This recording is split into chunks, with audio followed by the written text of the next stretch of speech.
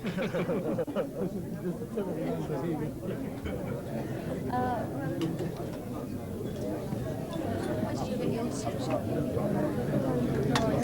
Worships,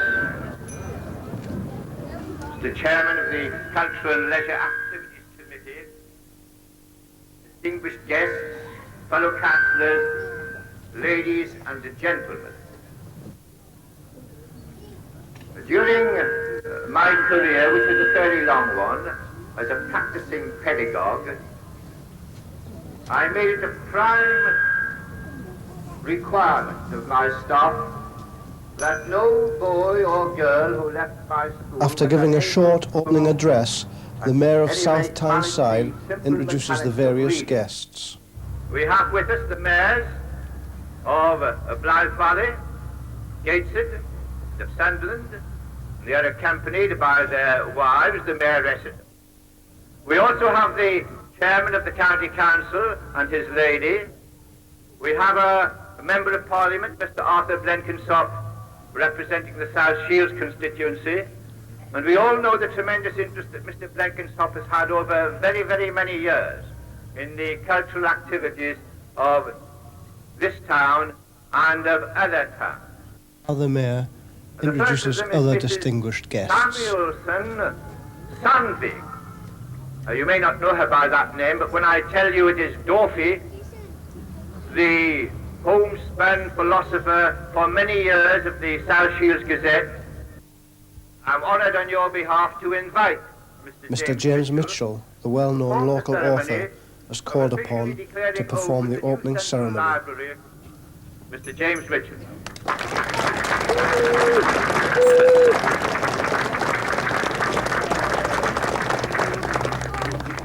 Mr. Mayor, Madam Mayor, distinguished visitors, ladies and gentlemen, bonny lasses, bonny lads. I've got two messages I'd like to read. First of all, they arrived just recently. First one says, if oil is struck off Marsden Rock and South Tyneside declares UDI, I'm willing to declare myself first president. It's signed Jack Ford. And the other one says, if you wish Jack Ford assassinated, can promise a good job, it's signed David Cameron.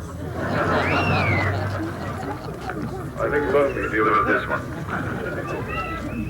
I haven't actually been writing for 1,300 years. It only feels like it. But it's a great pleasure to be here today. A very great pleasure indeed to be asked to perform this ceremony in the presence of my son and my sister. And it's a double delight because of my father. Commemorative plaque is unveiled to mark the occasion of the official opening.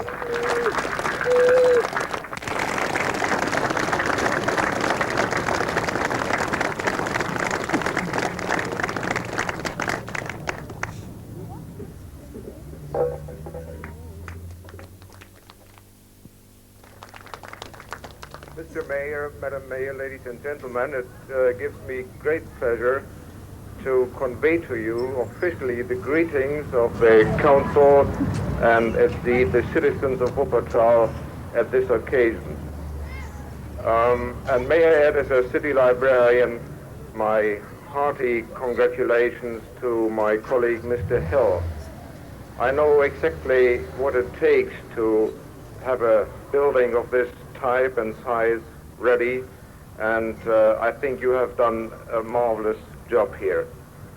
Ever since the beginning of this century, German librarians have envied their British colleagues, especially in the field of public libraries, because you were so advanced. You had already free access to your public libraries.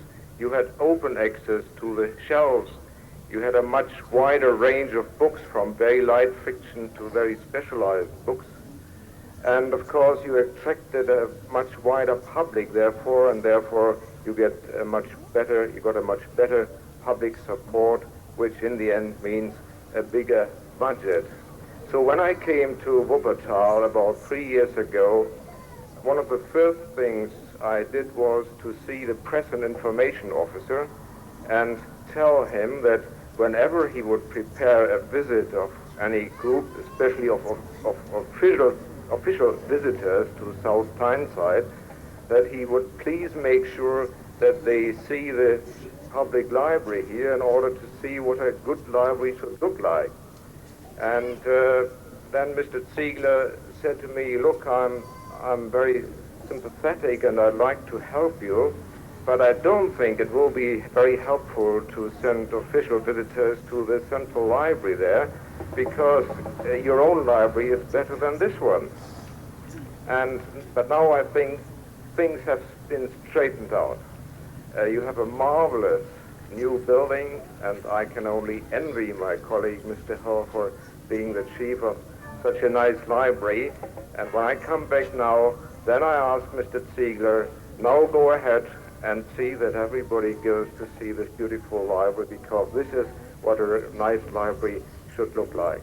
Officials and guests are shown the various facilities within the library by the Chief Librarian, Mr. Rod Hill.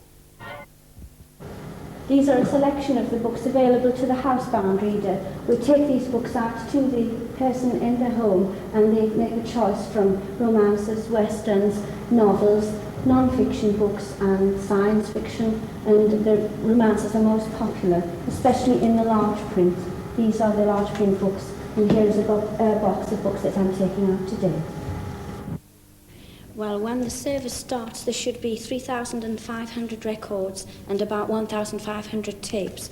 But when the whole thing is complete, there should be about 7,500 records and 2,500 cassettes, tapes. We concentrated more on the classical type music, you know, but it's going to be increased all the time next. After touring the new library building and seeing, among other things, the lecture theatre and music library, the guests are invited to a buffet given upstairs in the new building.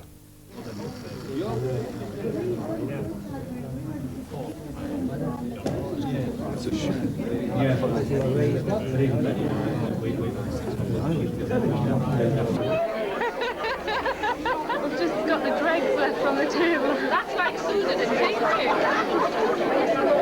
That's the trouble.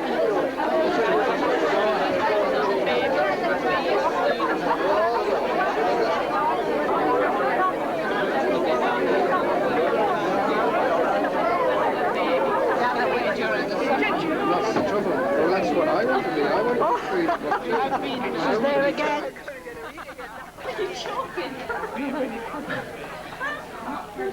This is Margaret, our lovely tea lady. Oh, that nice.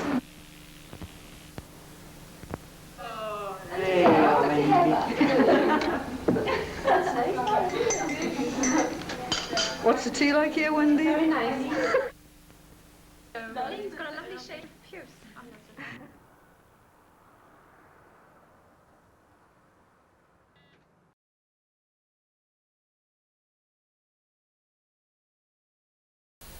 Mechanisation is going to come, but when I come to the end of a talk, I always say to people, if you watch Star Trek, watch Captain Kirk on Star Trek, and they, you know, in comparison with the printed word, I'm talking about electronics then, before the end of every Star Trek programme, a pretty little blonde thing sachets on with Captain Kirk there sitting in his chair, and always on before the end of every episode she comes on, holds out this box and gives him either a pen or a pencil, and he signs something. So there's somebody looking after the printed word. Even though you've got a spaceship that could talk back to you, you've still got the printed word.